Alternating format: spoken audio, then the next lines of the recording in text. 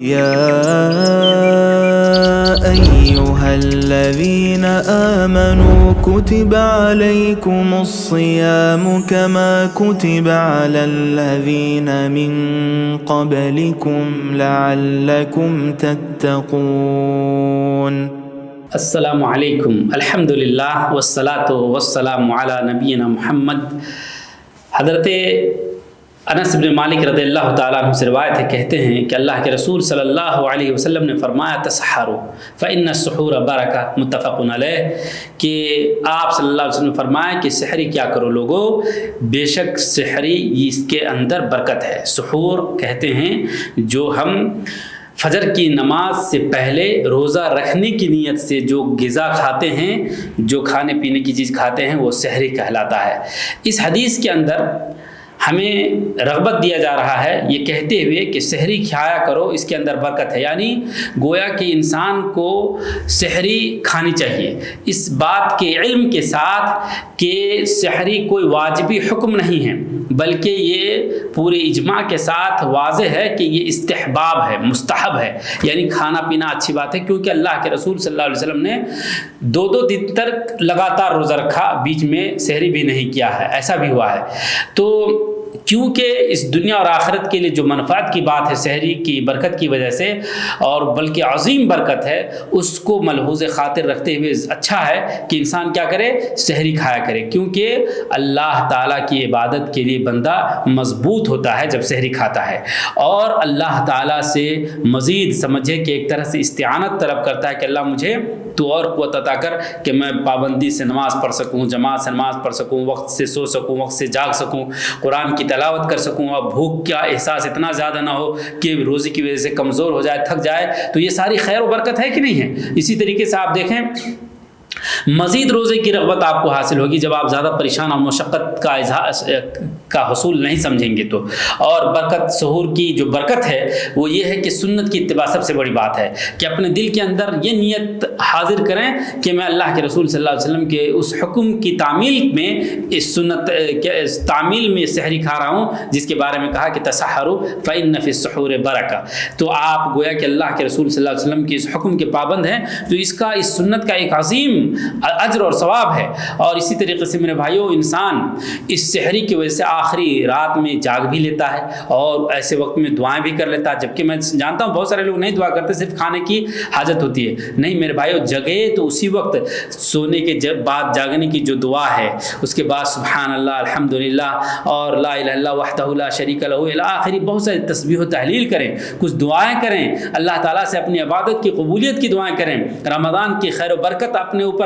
اپنے اس فضل کو لینے کے لیے اور حاصل کرنے کے لیے دعائیں کریں میرے بھائیوں۔ اور اسی طریقے سے سحری کی برکت میں سے ہے کہ مسلمان اہل کتاب کی گویا کہ ایک طرح سے مخالفت کرتا ہے، کیونکہ آپ صلی اللہ علیہ وسلم نے فرمایا فصل ما بین صیامنا و صیام اہل الکتاب اکلۃ السحور، کہ ہمارے اور اہل کتاب کے درمیان روزے میں جو فرق ہے وہ سحری کا فرق ہے، یعنی سحری ہم کھا کر کے، وہ سحری کھائے بغیر روزہ رہتے تھے، اور برکت ہے اس لیے کہ فجر کی نماز جماعت سے مل جاتی ہے، اور انسان اس رمضان کے مہینے کے اندر جہاں تمام باتوں کا اہتمام کرتا ہے، آپ دیکھتے ہیں کہ رمضان میں کس قدر مسجدیں بھری ہوئی ہوتی ہے، الحمدللہ۔ حضرت ابو ہریرہ رضی اللہ تعالیٰ عنہ کہتے ہیں کہ آپ صلی اللہ علیہ وسلم نے فرمایا نعم سحور المؤمن التمر۔ یہاں میں یہ ایک بات آپ کو بتانا چاہتا ہوں اس حدیث کی روشنی میں کہ آپ صلی اللہ علیہ وسلم نے فرمایا کہ کتنا بہتر سحری ہے مومن کا کھجور، یعنی کھجور کھا کر کے اکتفا کر لے، یعنی انسان سحری میں خوب زیادہ نہ کھائے کہ کھانے کی وجہ سے بھی بوجھل ہو جائے تو سوتا ہی رہ جائے اور باقی قرآن اور عبادت سے غافل ہو جائے، لیکن اگر آپ ہلکی غذا کھاتے ہیں، اور بالخصوص کھجور وغیرہ جو کہ ہاضمے کے لیے بھی مفید ہے یا جلدی ہاضم ہو جاتا ہے اور ہلکی بھی ہے، تو اس کے کھانے کی وجہ سے آدمی ہلکا پھلکا بھی رہتا ہے اور غذا بھی مل جاتی ہے جو اس میں پروٹینز اور وٹامنس ہیں۔ تو میرے بھائیوں، سحری مومن کو کرنی چاہیے، اور جیسا کہ اس حدیث کے اندر ہے ہلکی سے ہلکی کرنی چاہیے، اور یہ ضروری نہیں ہے کہ خوب زیادہ آسودہ ہو کر کے ہی یہی کھائے۔ اسی ضمن میں آپ کو میں افطاری کے سلسلے میں بتا دوں، کیونکہ سحری کے بارے میں بتایا، تو افطار جو ہم فطور کرتے ہیں، افطار کرتے ہیں، روزہ توڑتے ہیں شام میں، یہ حضرت سہل بن سعد رضی اللہ تعالیٰ عنہ کہتے ہیں کہ بے شک نبی اکرم صلی اللہ علیہ وسلم نے فرمایا لا یزال الناس بخیر ما عجل الفطر، بخاری اور مسلم کی حدیث ہے میرے بھائیوں، کہ لوگ ہمیشہ خیر پر باقی رہیں گے جب تک انسان افطاری میں جلدی کریں گے۔ یعنی اس حدیث سے یہ بات پتہ چلتا ہے کہ افطاری کے کرنے میں جلدی کرے۔ کیا کیسے کرے؟ کہ سورج کے ڈوبتے ہی فوراً کرے، یہ نہیں کہ سورج ڈوب گیا، اندھیرا چھا رہا ہے، اس کے بعد اس دل کو اطمینان ہو کہ اب روزہ میرا پورا ہوگا، نہیں، یہ سنت کی مخالفت ہے۔ آپ صلی اللہ علیہ وسلم، جیسا کہ عبداللہ ابن اوفا، ابی اوفا کہتے ہیں کہ ہم آپ صلی اللہ علیہ وسلم کے ساتھ سفر میں تھے، جب سورج جیسے ہی غائب ہونے لگی آپ نے کہا کہ اے فلاں ہمارے لیے ستو گھولو، 3 بار 4 بار یہ بات کہا، اور لوگ یہ کہنے لگے کہ اللہ کے رسول صلی اللہ علیہ وسلم ابھی تو سورج باقی ہے، ہاں، اور کہا کہ نہیں ابھی تو مطلب دن باقی ہے۔ تو آپ صلی اللہ علیہ وسلم نے کہا کہ اگر شام ہو جائے گی تو ہم ستو گودھیں گے۔ آپ صلی اللہ علیہ وسلم نے کہا کہ نہیں، جاؤ ستو گودھو، اور پھر آپ صلی اللہ علیہ وسلم نے اس ستو کو پیا۔ تو آپ نے یہ بھی فرمایا اذا رأیتم اللیل قد اقبل من ہا ہونا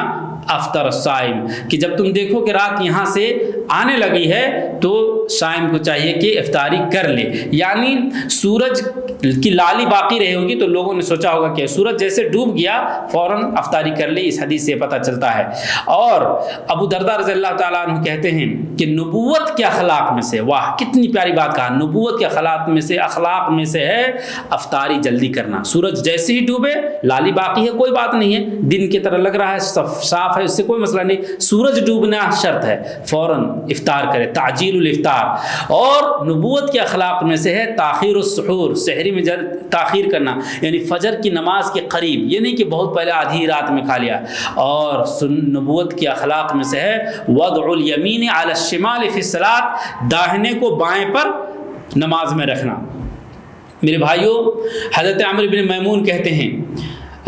میمون العودی رحمہ اللہ ہے، یہ یعنی کہ تابعی میں سے ہے، کہ نبی اکرم صلی اللہ علیہ وسلم کے اصحاب کرام افطاری میں جلدی کرتے تھے اور سحری میں تاخیر کیا کرتے تھے۔ اور مناسب ہے روزے دار کے لیے کہ کن اوقات کو سحری کے وقت کو بھی اور افطاری کے وقت کو بھی غنیمت جانے اور دعائیں کریں، کیونکہ آپ صلی اللہ علیہ وسلم نے فرمایا ہے ثلاثۃ لا ترد دعوتہم، 3 قسم کے لوگ ہیں جن کی دعائیں اللہ رد نہیں کرتا ہے۔ نمبر 1 الامام العادل، ایک انصافور بادشاہ یا انصاف کرنے والا امام، والصائم حین یفطر، اور روزہ دار جب وہ افطاری کر رہا ہوتا ہے، گویا کہ افطاری کرنے کے لیے آپ بیٹھیں 5 منٹ پہلے 10 منٹ پہلے، اور اللہ کی طرف اپنے